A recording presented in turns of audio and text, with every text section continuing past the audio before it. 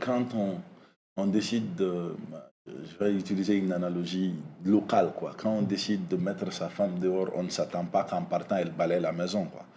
Donc, pour vous, il ne faut rien attendre de l'amusement. Si c'était moi qui étais aux commandes, je n'attendrais pas grand-chose de l'amusement.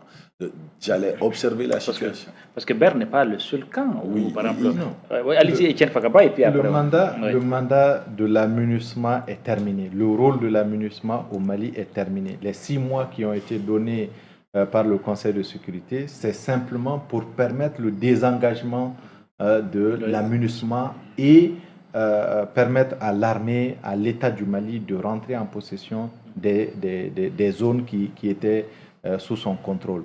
Donc, de ce point de vue-là, on ne peut pas attendre grand-chose de l'amunissement.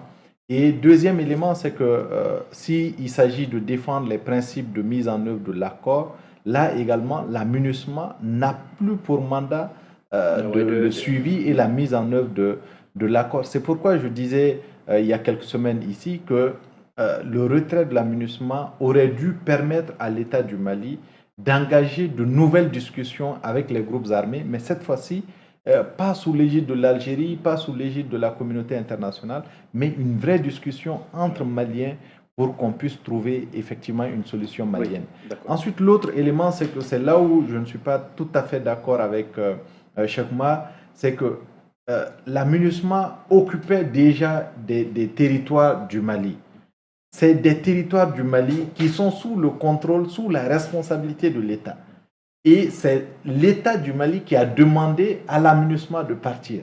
Et donc, de ce fait, ces territoires-là reviennent automatiquement à l'État. Il n'y a pas besoin de demander une permission particulière pour aller sur une partie de son territoire qui était déjà occupée par une autre personne qui est sous ma responsabilité. Okay. Donc, c'est là où je dis quelque part que les groupes armés doivent comprendre que définitivement que partout où l'amunissement a un camp, partout où l'amunissement opérait, que ces zones deviennent de facto des zones qui doivent être sous la responsabilité de l'État. Justement pour vous relancer par rapport à cette question. Ou de force. Par exemple, Tessalit, Kidal, où l'armée n'est pas, on sait que l'armée n'est pas, et la présence de l'armée n'est pas très effective. Comment opérer pour justement avoir ces camps-là? Là où